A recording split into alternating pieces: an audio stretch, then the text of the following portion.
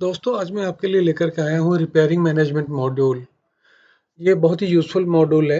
इसके अंदर आप का किसी भी कोई भी रिपेयर शॉप है, लाइक कोई इलेक्ट्रॉनिक आइटम है, कोई वर्कशॉप है, कोई गैरेज है और भी किसी तरह का भी रिपेयरिंग है का काम आप लेते हैं या कोई जॉब वर्क का काम आप ले लेते हैं, तो उसके कंप्लीट मेंटेन यहाँ पे आप कर सकते हैं। उसका इमेज कैप्चर कर सकते हैं, आप उसका स्टेटस कैप्चर कर सकते हैं और everything it will let you know. तो चलिए देखते हैं कि ये किस तरीके से काम करता है।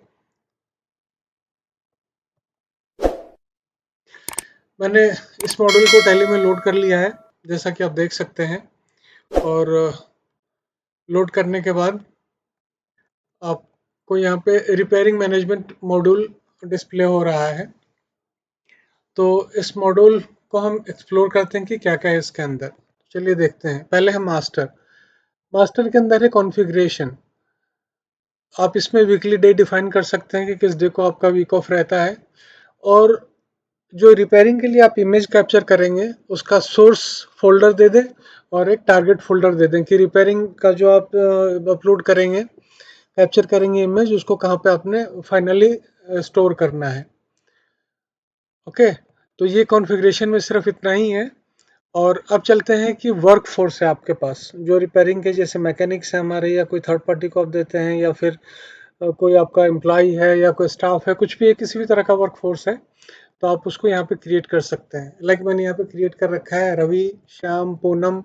इस तरीके से आप कुछ भी कर सकते हैं। और फिर हम देखते हैं कि सोर्स टाइप क्या है। अगर आप एनालिसिस फर्दर क्या कर सकते हैं कि अगर आपके पास कोई रिपेयर कराने आया है तो किस रेफरेंस से आया है, तो रेफरेंस यहाँ पे कैप्चर कर सकते हैं, सोर्स कैप्चर कर सकते हैं। लाइक वॉक इन है, टीवी एड है, न्यूज़पेपर है, अदर से क्या है वो इस तरीके से यहाँ पे कैप्चर करेंगे। तो ये तो होगी मास्टर की बात। अब हम चलते हैं, ट्रांजैक्शन करते हैं।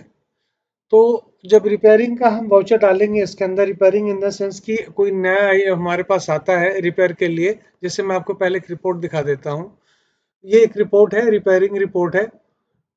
तो यहाँ पे ये शो कर रहा है कि कब आया था और किसने इसको क्रिएट किया, क्या सोर्स था, पार्टी कौन सी थी, उसका जो यहाँ पे रिपेयरिंग का रिमार्क्स क्या है, क्या रिपेयर कराने आया था। जैसे यहाँ पे देख रहे हैं कि गिटार रिपेयर कराने आया। आपने ये गिटार किसको रिपेयर करने के लिए दिया, असाइन किया, तो पूनम को दिया। और आइटम क्या है, तो आइटम का नाम 1 है। कुछ भी आप इस तरीके से कैप्चर कर सकते हैं जो भी आपके पास स्टॉक मास्टर में अवेलेबल है। फॉलोअप कब किया, उसके इमेजेस कौन कौन से आपने यहाँ पे कैप्चर किए हैं और नेक्स्ट फॉलो अपडेट क्या रहेगी, लास्ट अपडेशन कब हुआ, क्या ये अभी ओपन है या क्लोज हो गया, अगर क्लोज हो गया तो क्या रीज़न है, या ओपन है तो क्या रीज़न है। कुछ भी आप देना चाहें यहाँ पे तो आप उसको दे सकते हैं। तो चलिए हम देखते हैं कि अब ये कैसे काम करता है। जब हम वाउचर क्रिएट करेंगे, जैसे यहीं से हम नया वाउचर एक क्रिएट कर लेते हैं।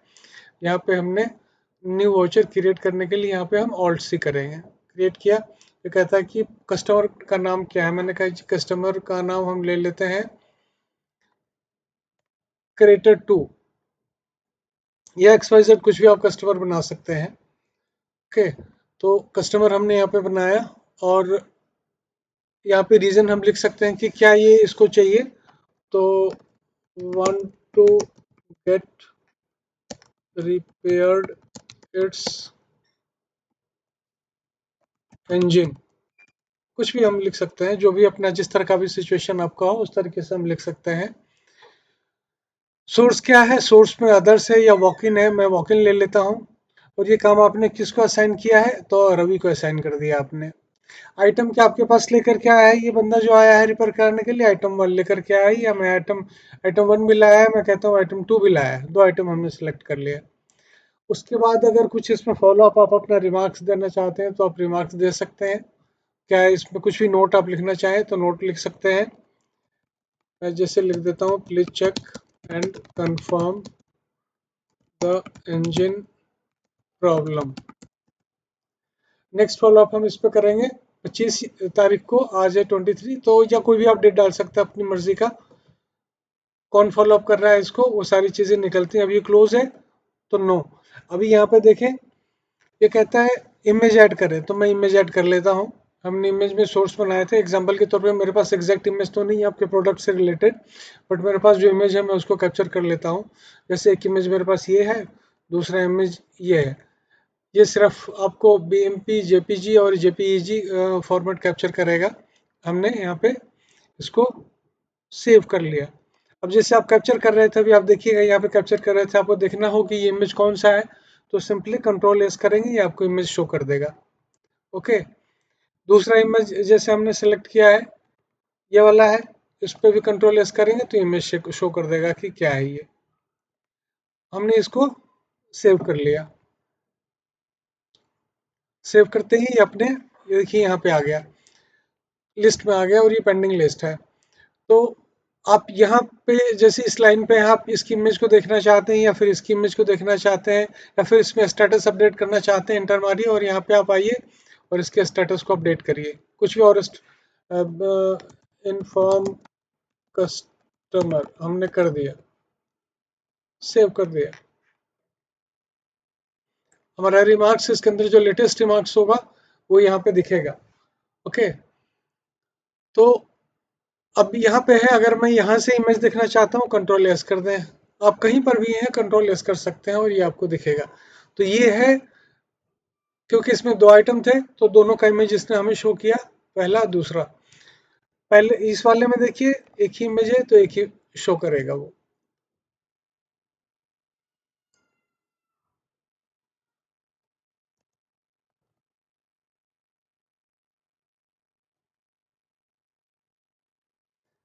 अब हम चलते हैं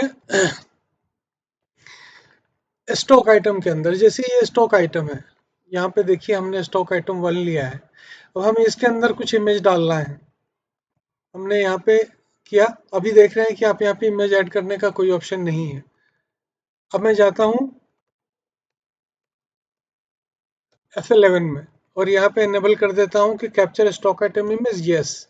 और स्टॉक आइटम इमेज है तो वो कहाँ से हम कैप्चर करेंगे, सोर्स क्या रहेगा, ये रहा। हमने एक फोल्डर बना रखी है, इसमें इमेजेस है डॉक्स करके, और डॉक SRC, और इसको हमने सेव कर लिया। अब हम चलते हैं किसी भी स्टॉक आइटम को ऑल्टर करते हैं।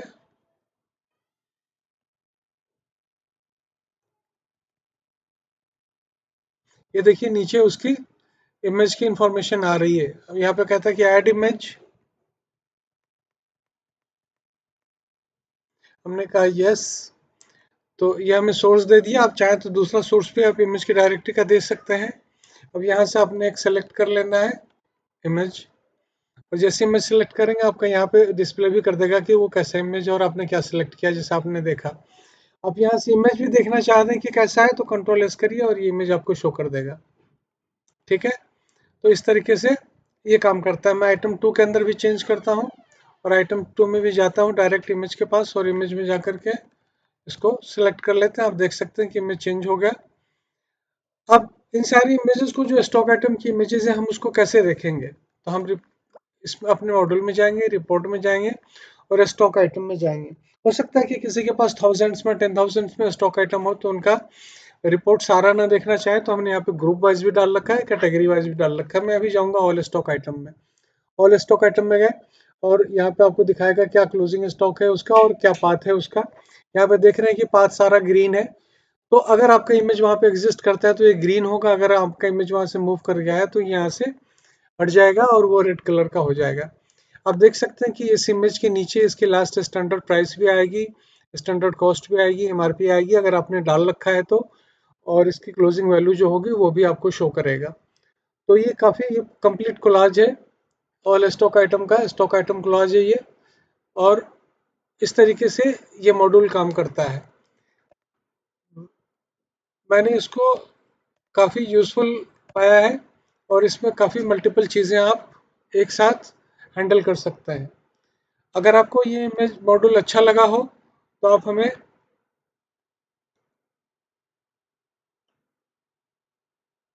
कांटेक्ट कर सकते हैं।